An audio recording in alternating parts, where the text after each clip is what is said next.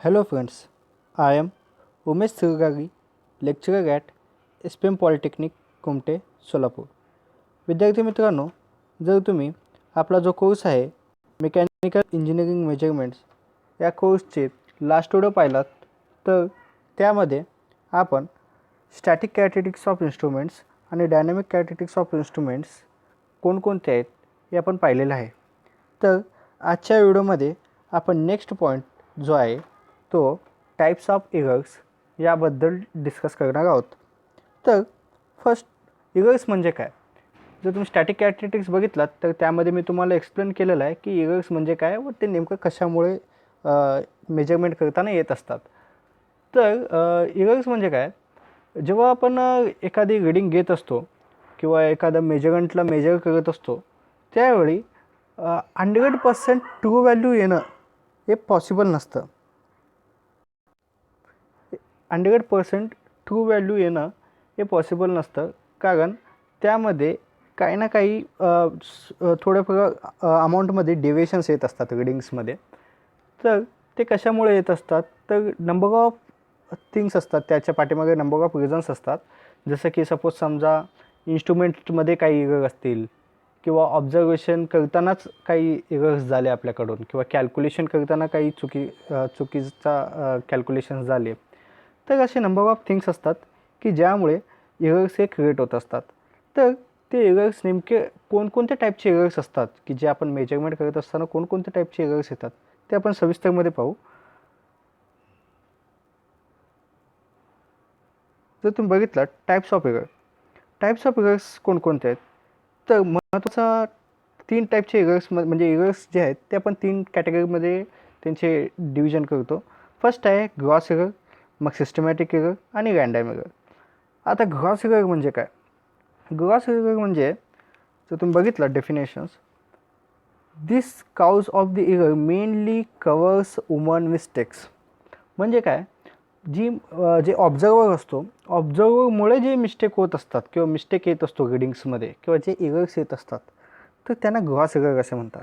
म्हणजे for example जर सांगायचं झालं की जर सपोज समजा आपण रीडिंग घेताना चुकीचे रीडिंग्स घेतला किंवा रीडिंग रेकॉर्ड करताना चुकीचा रीडिंग रेकॉर्ड केला मग किंवा कॅल्क्युलेशन करताना काहीतरी कॅल्क्युलेशन्समध्ये आपण चूक केला तर जे एरर्स येतात ऑब्झर्वरमुळं किंवा जे ऑब्झर्वरमुळे किंवा वुमनमुळे जे एरर्स येतात ते ग्रॉस एररमध्ये मेजर केला जातो.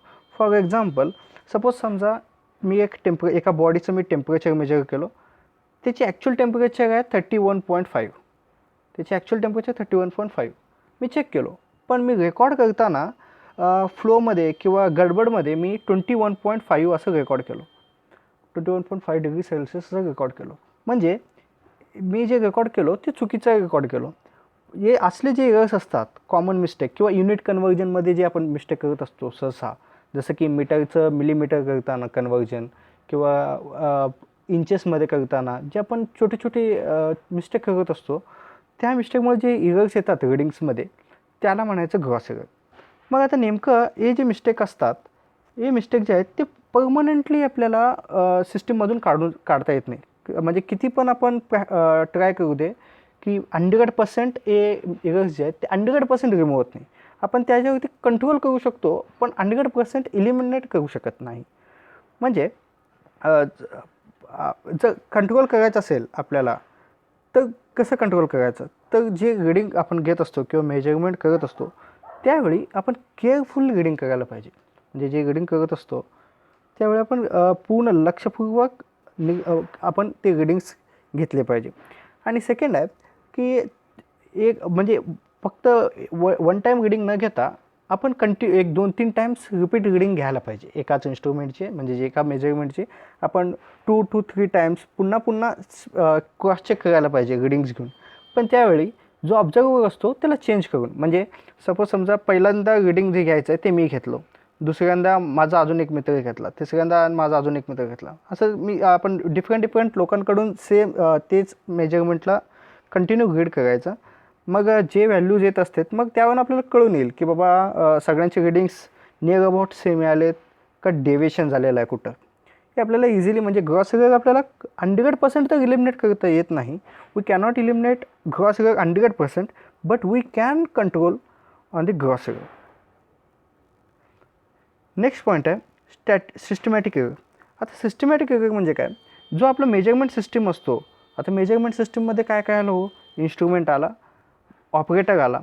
मेजरमेंट सिस्टममध्ये इन्स्ट्रुमेंट, ऑपरेटर आणि इन्व्हायरमेंट, या तिन्हींचं मिळून मेजरमेंट सिस्टम आपलं बनलेलं असतो. एक आपण इन्स्ट्रुमेंट यूज करत असतो, एक ऑपरेटर असतो आणि सराउंडिंग इन्व्हायरमेंट, या तिन्हीचं मिळून आपलं मेजरमेंट सिस्टम बनलेला असतो.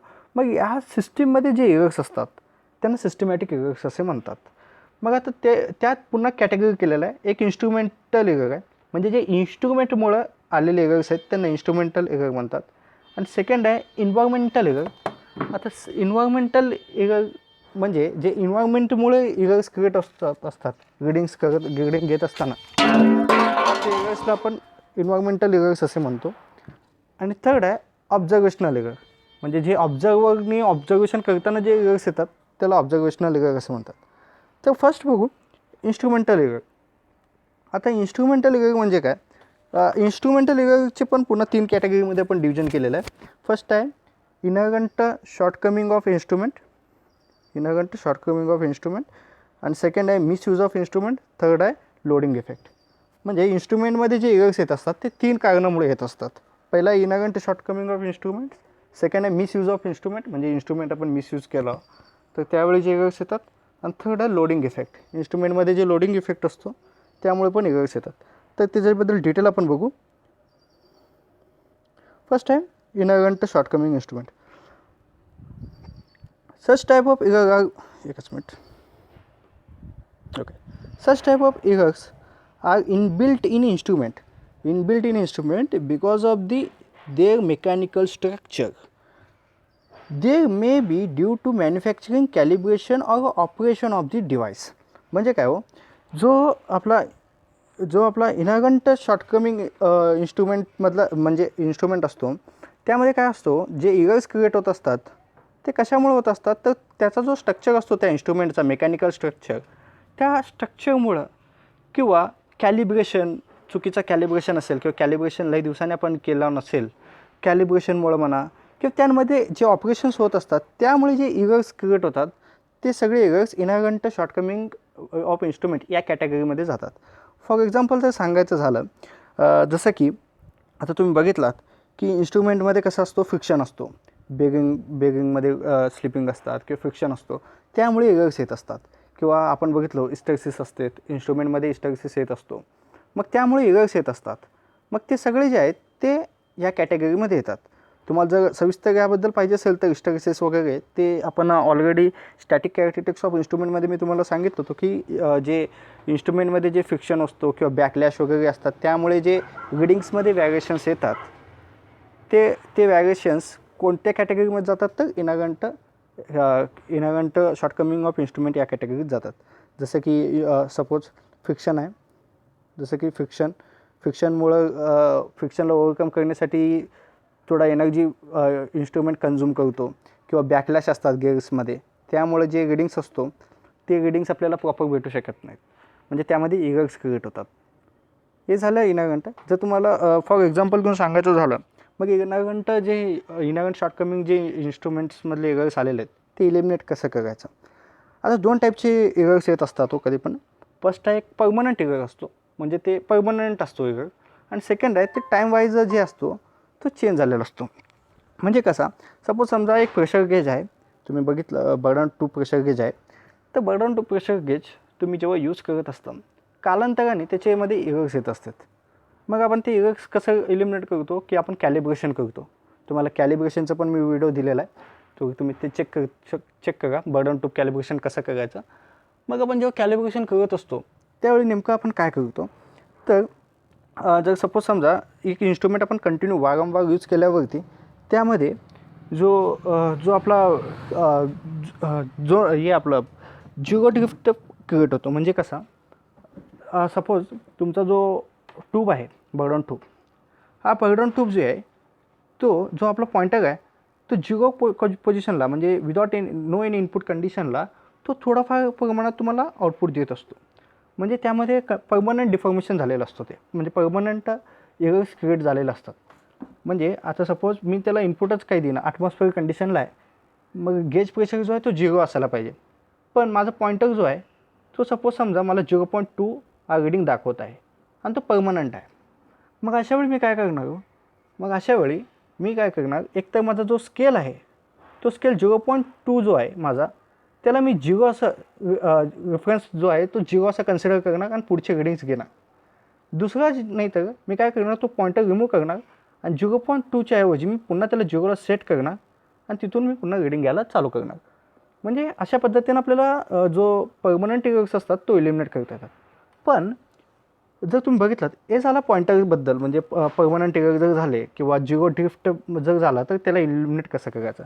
सपोज समजा काही कालांतराने तुम्ही जर बर्डन ट्यूब यूज करत असाल, म्हणजे कंटिन्यू यूज केल्यामुळे काय होणार, त्याची जो बर्डन ट्यूबची जो इलास्टिक प्रॉपर्टी असते ते कमी होत जातो.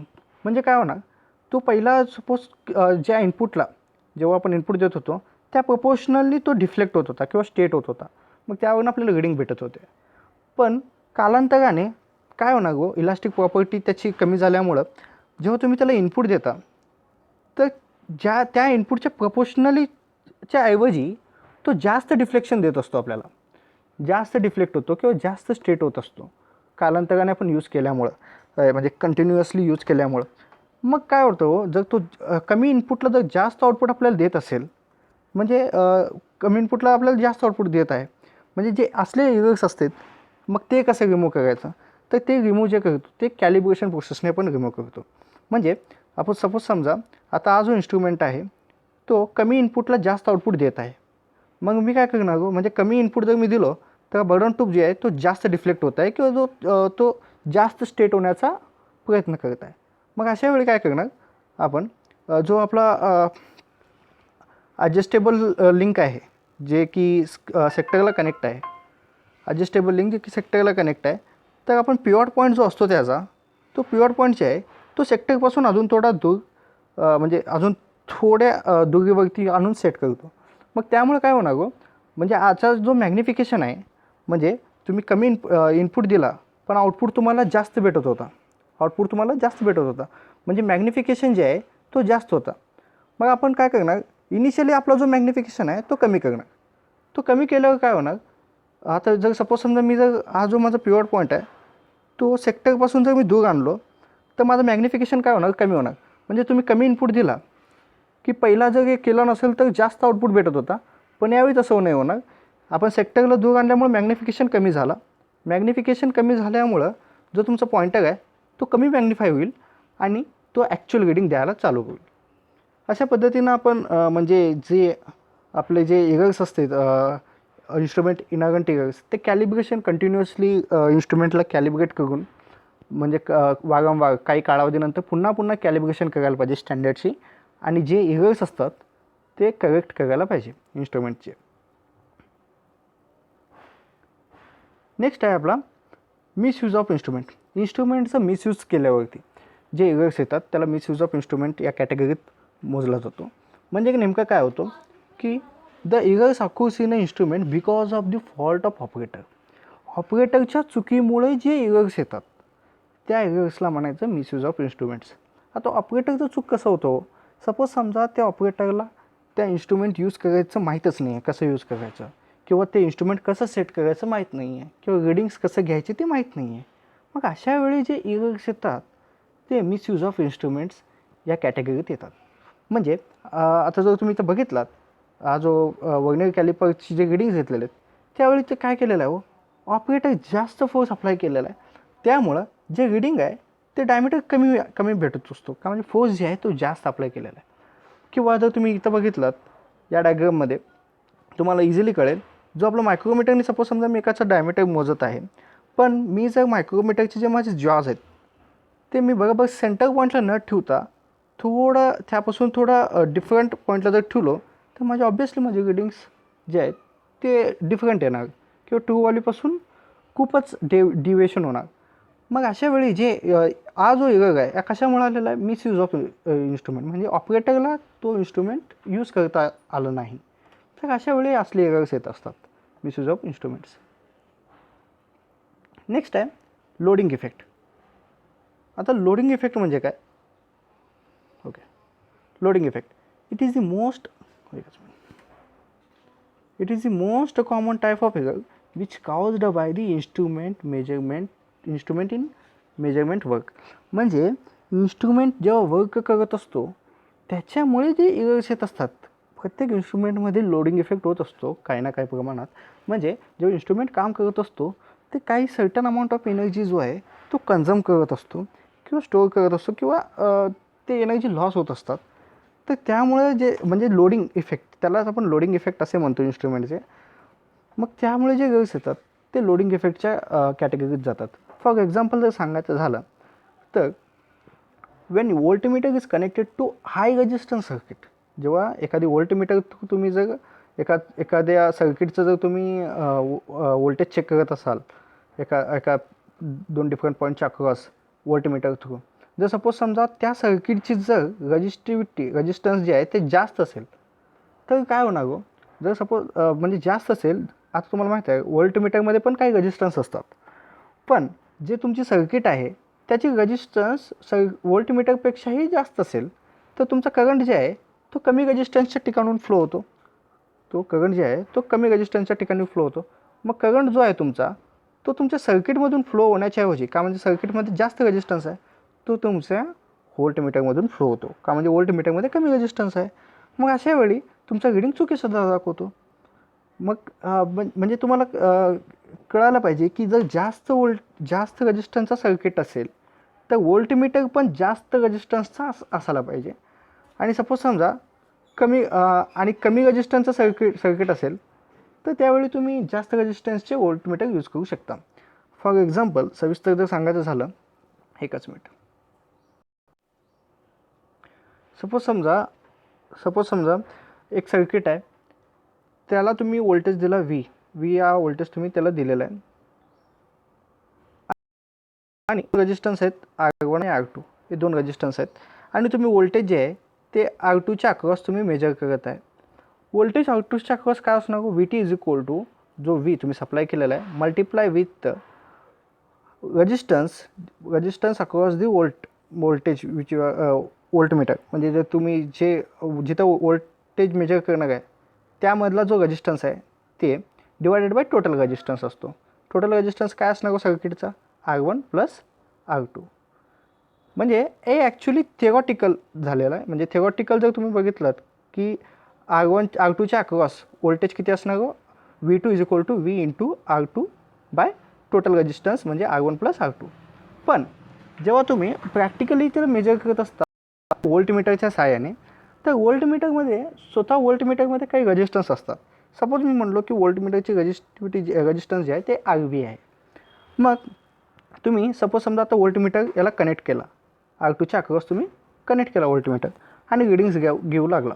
मग काय होणार हो, तुम्ही बघितलात R2 आणि RV म्हणजे या इंटरनल जे रेजिस्टन्स आहे हे दोन जे आहेत ते पॅरलल आहेत. त्याचा इक्विव्हॅलंट जर बघितला, पॅरलल रेजिस्टन्सचा इक्विव्हॅलंट काय असतो, 1/R equivalent is equal to 1/R2 plus RV. म्हणजे पॅरलल तुम्हाला माहीत आहे पॅरलल सिरीज कनेक्शन असताना जर सिरीज कनेक्शन असतील तर R equivalent is equal to summation of all resistance म्हणजे R1 plus R2. Resistance parallel जर कनेक्ट असतील तर 1/R equal to 1/R1 plus 1/R2 असा असतो. मग जर तुम्ही बघितलात इथं ते पॅरललमध्ये कनेक्ट आहेत R2 आणि RV, मग त्यांचा इक्विव्हॅलंट रेजिस्टन्स किती येणार, 1/R equivalent is equal to 1/R2 plus 1/RV. आणि जर तुम्ही व्होल्टेज जर मेजर केला तर V2 डॅश, आता मी V2 डॅश म्हणतो त्याला, V2 dash is equal to V म्हणजे तुम्ही जे सप्लाय केलेलं व्होल्टेज आहे मल्टिप्लाय विथ R इक्विव्हॅलंट. आता या दोन्ही जे पॅरलल आहेत त्यांचा इक्विव्हॅलंट रेजिस्टन्स R इक्विव्हॅलंट इथनं तुम्हाला कॅल्क्युलेट भेटेल, divided by total resistance. Total resistance कोणकोणते येणार हो, यात R1 असणार प्लस ए इक्विव्हॅलंट. याच्या दोघांचं इक्विव्हॅलंट किती आहे हे तुम्हाला इथं माहीत आहे 1/R इक्विव्हॅलंटच्या फॉर्ममध्ये. म्हणजे जे तुम्ही V2 डॅश आहे ते तुम्हाला भेटेल V into R equivalent divide by R1 plus R equivalent. जर तुम्ही बघितलात या दोन्ही केसमध्ये इनपुट तर तेवढाच होता आणि R2च्या अक्रॉस तुम्ही मेजर करत आहात, R2च्या अक्रॉस तुम्ही व्होल्टेज मेजर करत आहात, पण V2 आणि V2 डॅश हे जे आहेत ते सेम आहेत का हो, इथं जर तुम्ही बघितलात R2 आहे, इथं R इक्विव्हॅलेंट आहे, म्हणजे सेम नाही आहेत. हे कशामुळे झालं की तुमचा जो व्होल्टमीटर आहे त्यामध्ये काही प्रमाणात रेजिस्टन्स आहे. मग त्यामुळे जे तुमचा करंट आहे तो तुमच्या व्होल्टमीटरमध्ये पण जातो. मग ते व्होल्टमीटर जे एनर्जी कन्झ्युम करतो त्यालाच लोडिंग इफेक्ट असे म्हणतात. मग त्याला इल्युमिनेट कसा करता येईल? आता जर तुम्ही बघितलात, जर सपोज समजा मी म्हणलो रजिस्टिव्हिटी जी आहे, रेजिस्टन्स जे आहे व्होल्टमीटरमधला RV, तो इन्फायनाईट आहे. तो इन्फायनाईट आहे. आयडियली इन्फायनाईट पॉसिबल नाही आहे, पण आपण समजून घेऊया ते लार्ज आहे. R2पेक्षाही जास्त आहे. R2पेक्षाही जास्त आहे. मग काय होणार गो, R2पेक्षा जर जास्त असेल रेजिस्टन्स व्होल्टमीटरचा, जो करंट आहे तुमचा तो तुमच्या व्होल्टमीटरमधनं पास होणार नाही. त्यावेळी तो काय होणार, डायरेक्ट तुमच्या सर्किटमधनंच म्हणजे R2मध्येच पास होणार. का, म्हणजे करंट जो आहे तो कमी रेजिस्टन्सच्या जागेतूनच फ्लो होत असतो. मग तो व्होल्टमीटरमधनं पास होण्याच्या ऐवजी तो काय करणार, तुमच्या सर्किटमधूनच पास होणार. मग तुम्हाला त्याची रिडिंग्स जी आहे ते तुम्हाला इझिली भेटेल, म्हणजे ॲक्युरेट रिडिंग भेटेल ज्यावेळी तुम्ही हाय रेजिस्टन्स सर्किट हाय रेजिस्टन्स व्होल्टमीटर यूज करत असता. म्हणजे नियर अबाउट इन्फायनाईट. पण इन्फायनाईट हे पॉसिबल नाही आहे. आयडियल कंडिशनला आपण इन्फायनाईट असे म्हणतो, पण आपण जे व्होल्टमीटर यूज करत असतो त्याची रजिस्टिव्हिटी जी आहे ती सर्किटच्या रजिस्टिव्हिटीपेक्षाही जास्त पाहिजे. जे सर्किटमधला आपण करंट मेजर करत आहोत, जे सर्किटमधले आपण व्होल्टेज मेजर करत आहोत, त्या सर्किटमधली जे रेजिस्टन्स आहे त्याच्यापेक्षाही जास्त रेजिस्टन्स हा आपला व्होल्टमीटरमध्ये असायला पाहिजे. त्यावेळी आपल्याला जे रिडिंग आहे तो ॲक्युरेट भेटत असतो. जर कमी व्होल्टमीटरमध्ये जे रेजिस्टन्स जर कमी असेल, व्होल्टमीटरमध्ये जर रेजिस्टन्स जर कमी असतील व्होल्टमीटरमध्ये, तर काय होणार गो, तुमचा करंट जो आहे तो सर्किटमधून फ्लो होण्याच्याऐवजी तुमचा व्होल्टमीटरमधूनच फ्लो होणार. मग तशा प्रॉब्लेम्सला लोडिंग इफेक्ट असे म्हणतात. तर हे झालं लोडिंग इफेक्टबद्दल. जर तुम्ही नेक्स्ट पॉईंट बघितलात, सेकंड आहे आपला सिस्टमॅटिक एररमध्ये इन्व्हायरमेंटल एरर्स. आता इन्व्हायरमेंटल एरर म्हणजे काय? Those errors are due to the external condition of the measuring device. जो आपला मेजरिंग डिव्हाइस असतो किंवा मेजरमेंट सिस्टीम असतो त्याच्या बाहेरचा जो आपला एन्व्हायरमेंट असतो त्याच्यामुळं जे इफेक्ट येत असतात किंवा ज्याच्यामुळे जे एरर्स येत असतात ते सगळे एरर्स जे आहेत ते इन्व्हायरमेंटल एरर्स कॅटेगरीमध्ये मोडतात. फॉर एक्झाम्पल, सपोज समजा जे इन्व्हायरमेंटलमध्ये कोणकोणते टाईपचे प्रॉब्लेम्स येत असतात, जो तुमचा टेम्परेचर असतो इन्व्हायरमेंटचा तो कंटिन्यू वॅरी झाला किंवा वाढला किंवा कमी झाला, प्रेशरमध्ये चेंजेस झाले, डेन्सिटीमध्ये चेंजेस झाले, मॉइश्चर कंटेंट किंवा ह्युमिडिटी वाढली कमी झाली, तर त्यामुळे तुमचा जो इन्स्ट्रुमेंट असतो किंवा मेजरमेंट असतो त्यावरती इफेक्ट होतात. मग त्यावरती इफेक्ट झाल्यामुळे तुमचा जो रिडिंग असतो तो इनॲक्युरेट भेटत असतो. मग अशा वेळी म्हणजे हे जे एरर्स आहेत, जे एरर्स क्रिएट होतात ते इन्व्हायरमेंटल एरर्स त्यांना इन्व्हायरमेंटल एरर्स असे म्हणतात. फॉर एक्झाम्पल, सपोज समजा मी मेजरमेंट करालो आणि जर सपोज सडनली टेम्परेचर जो आहे तो राईज झालेला आहे. मग टेम्परेचर राईज झाल्यामुळे काय होणार गो, जो इन्स्ट्रुमेंट असतो तो मेटलचा आहे समजा, आणि त्याची जर तुम्ही बघितलात की थर्मल एक्सपान्शन जे आहे मटेरियलची ते जास्त आहे, थर्मल एक्सपान्शन त्याची जास्त आहे समजा.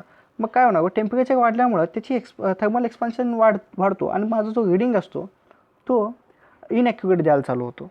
किंवा मॅग्नेटिक फील्ड वगैरे असेल साईडला, म्हणजे इन्स्ट्रुमेंट जिथं मी मेजरमेंट करायला होतं मॅग्नेटिक इलेक्ट्रोमॅग्नेटिक इफेक्ट झाला असेल किंवा मॅग्नेटिक फील्ड असेल, तर त्यामुळे इन्स्ट्रुमेंटमध्ये काही चेंजेस होतात, म्हणजे त्यांच्या मटेरियल प्रॉपर्टीमध्ये काही चेंजेस येतात. मग त्यामुळे रिडिंग्स जे आहेत ते इनॲक्युरेट येतात. मग हे सगळे जे आहेत ते इन्व्हायरमेंटल एरर्समध्ये जातात.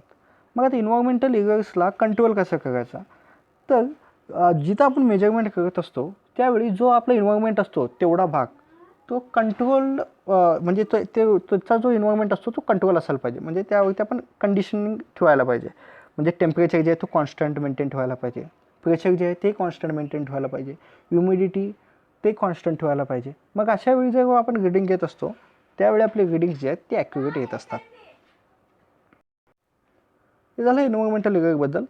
नेक्स्ट आहे ऑब्झर्वेशनल एरर. सिस्टमॅटिक एररमध्ये आपण बघितलं पहिला इन्स्ट्रुमेंटमुळे येणारे एरर्स. मग त्यानंतर पहिला सिस्टमॅटिक एरर्समध्ये मी तुम्हाला सांगितलं होतं, सिस्टमॅटिक एररमध्ये एक मेजरमेंट सिस्टीममुळे जे एरर्स येत असतात, एक तर तो इन्स्ट्रुमेंटमुळे असतो, दुसरा असतो इन्व्हायरमेंट आणि तिसरा असतो ऑब्झर्वर. आता इन्स्ट्रुमेंटमध्ये पण पुन्हा आपण 3 कॅटेगरीमध्ये बघितलं होतं. मग इनॅरंट आणि लोडिंग आणि इनॅरंट लोडिंग आणि अजून एक आपण एकच मिनिट, इनॅरंट कुठलं बघितलं होतं आपण, हां, मिसयूज ऑफ द इन्स्ट्रुमेंट किंवा इनॅरंट आणि तसेच जे आपलं लोडिंग इफेक्ट यामुळं इन्स्ट्रुमेंटमध्ये एरर्स येत असतात. आणि इन्व्हायरमेंटलमध्ये बघितलं होतं, आता इन्व्हायरमेंटमुळे टेम्परेचर व्हॅरी झाला किंवा प्रेशरमध्ये व्हॅरिएशन झाले तर यामुळे एरर्स येत असतात. नेक्स्ट आहे ऑब्झर्वेशनल एरर. आता ऑब्झर्वेशनल एरर्स म्हणजे काय? Such type of errors are due to the wrong observation of the reading. म्हणजे जेव्हा आपण ऑब्झर्वेशन करून रीडिंग घेत असतो तर ते ऑब्झर्वेशन जर आपण चुकीच्या पद्धतीनं केलो तर जे एरर्स येतात ते त्याला म्हणायचं ऑब्झर्वेशनल एरर्स. फॉर एक्झाम्पल, जर तुम्ही इथं बघितलात की आज तुमचा मेजरगंट आहे, समजा हा तुम्ही मेजरगंट आहे, तुम्ही मेजर करत आहात याची लेंथ. पण जर तुम्ही सपोज समजा या पोझिशनपासून ते मेजर करत आहात तर काय होईल? तर तुमचा जो हा मेजर्ड व्हॅल्यू आहे इथंपर्यंतचा जो लेंथ आहे ते तुम्ही बघितला तर तुम्हाला कुठनं पास होईल होते? तुम्हाला या पोझिशनवरून तुम्हाला दिसेल की ते 4.6 रीडिंग आहे, म्हणजे 4.6 इतकी तुमची व्हॅल्यू आहे असं दिसेल. पण जर सपोज समजा तुम्ही ह्या पोझिशनपासून पाहतात तर तुम्हाला तो कुठं दिसेल? 5ला दिसेल, म्हणजे तो जो आहे तो 5 सेंटीमीटर लेंथचा आहे असं तुम्हाला दिसेल. पण जर सपोज तुम्ही नॉर्मल, म्हणजे हा जो तुमचा मेजरगंट आहे त्याच्यावर नॉर्मली म्हणजे परपेंडिक्युलरली तुम्ही जर बघितलात तर तुम्हाला तो किती दिसेल? एक्झॅक्ट तुम्हाला ते 4.8 दिसेल.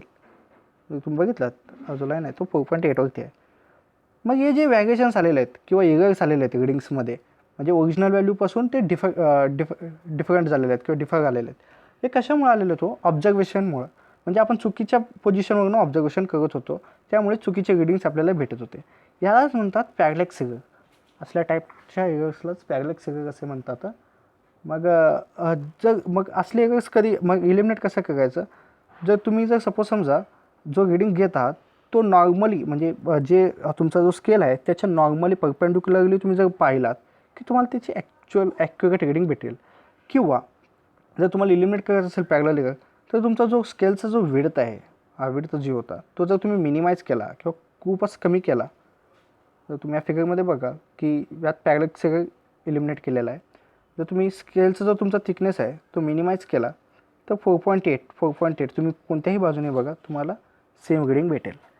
अशा पद्धतीने तुम्हाला पॅरॅलेक्स एरर इलिमिनेट करता येतो. किंवा फॉर एक्झाम्पल अजून एक जर सांगायचं झालं की जे तुमचे जे पॉइंटर असतो त्यामधले रीडिंग्स कसं अवॉइड करायचं, तर त्याला मिरर ग्लास दिलेला असतो. मग त्यामुळे रीडिंग्स कसे अवॉइड करायचे की जर तुमचा जो पॉइंटर आहे तर तुम्ही बघितलात की पॉइंटर जो आहे तो स्केलला चिटकून नसतो. तुमचा जो कॅलिब्रेशन स्केल आहे किंवा जो रीडिंग स्केल आहे त्याच्या एक्झॅक्ट चिटकून नसतो, तर त्यामध्ये थोडा गॅप असतो. त्यामुळे काही बघताना एरर्स क्रिएट होत असतात. पण तुम्हाला इलिमिनेट करायचं असतील तर त्या एरर्स मग काय करावं लागेल? तुमचा पॉइंटर आणि त्या पॉइंटरचा शॅडो, म्हणजे त्याची जी सावली आहे, जर तुम्ही बघितलात, जर तुम्ही रॉंग पोझिशनमधून बघत असाल तर काय होईल? तुम्हाला पॉइंटर पण दिसेल आणि त्याची शॅडो पण दिसेल. अशा वेळी तुमचा जो रीडिंग आहे तो इनॲक्युरेट येत असतात. मग त्यावेळी तुम्ही फक्त मूव्ह होऊन जोपर्यंत तुम्हाला तुमचा पॉइंटर आणि त्याचा शॅडो एका लाईनमध्ये, म्हणजे एकमेकांना ओव्हरलॅप केलेलं दिसत नाही, तोपर्यंत तुम्ही टर्न केला, म्हणजे तुम्ही स्वतः जर मूव्ह केला आणि ज्या पोझिशनला पॉइंटर आणि तुमचा शॅडो एका लाईनवरती आले तर तो रीडिंग तुमचा ॲक्च्युअल रीडिंग असेल. जर तुम्ही इकडनं बाजूने बघितलात तर तुम्हाला काय दिसेल? पॉइंटर दिसेल आणि त्याचा शॅडो दिसेल. मग रीडिंग जो आहे तो इनॲक्युरेट होईल. पण जर सपोज समजा तुम्ही पॉइंटरच्या बरोबर नॉर्मली म्हणजे वरनं तुम्ही जर बघितलात, ज्या ठिकाणी तुमचा पॉइंटर आणि त्याचा शॅडो एका लाईनमध्येच असेल किंवा एकमेकांना ओव्हरलॅप केलेलं असेल, त्यावेळी तुमचं जे रीडिंग आहे तो ॲक्युरेट रीडिंग असतो. अशा टाईपनं तुम्ही जो पॅरॅलेक्स एरर आहे तो अवॉइड करू शकता. लास्ट एरर आहे आपला तर रँडम एरर. आता रँडम एरर म्हणजे काय? The quantity being measured is affected by the meaning of thought in the universe, throughout the universe. म्हणजे युनिवर्समध्ये काय नंबर ऑफ गोष्टी असतात की ज्याच्यामुळे एरर्स येत असतात. आपण काही जे गोष्टी असतात ते आपण प्रिडिक्ट करू शकतो की याच्यामुळे मध्ये एरर्स येत आहेत मेजरमेंटमध्ये. पण काही गोष्टी अशा असतात की ते आपण प्रिडिक्ट करू शकत नाही, म्हणजे ते आपण अजूम करू शकत नाही की मग तशा वेळी जे एरर्स येतात तर ते रँडम एरर्समध्ये मोडतात. म्हणजे the happening or a disturbance about which we are unaware. आपण त्याच्याबद्दल अवेअरच नसतो, ते आपल्याला माहीतच नसतो की अशा पद्धतीनं देखील एरर्स येऊ शकतात. म्हणजे त्याबद्दल आपण पूर्णपणे त्याबद्दल आपण पूर्णपणे अवेअरच नसतो. मग असले जे एरर्स येतात त्यांना रँडम एररमध्ये म्हणजे रँडम एररच्या कॅटेगरीत ठेवला जातो. Those types of error remains ever after a removal of the static error. म्हणजे ते एरर्स कसे असतात, तुम्ही सपोज समजा तुमचे जे इन्स्ट्रुमेंटमधले जे आत्तापर्यंत जे आपण बघितलेले आहेत एरर्स, इन्स्ट्रुमेंटल एरर म्हणा, ऑब्झर्वेशनल एरर, हे सगळे तुम्ही इलिमिनेट केला, म्हणजे ते सगळे केअरफुली तुम्ही ते अवॉइड केलात ते एरर्स, तरी देखील अनफॉर्च्युनेटली तुम्हाला न कळत काहींदा वेगळ्याच रिझननी एरर्स येतात. मग अशा एरर्सला जे आहेत म्हणजे स्टॅटिक एरर्स म्हणा, तुम्ही आतापर्यंत जेवढे एरर्स स्टडी केलेले आहेत ते सगळे तुम्ही इलिमिनेट केलात, तरी देखील इन्स्ट्रुमेंटमध्ये एरर्स येतात. अनफॉर्च्युनेटली काहीतरी सडनली चेंजेस झालेत, मग त्यामुळे जे एरर्स येतात ते रँडम एरर्समध्ये मोडला जातो.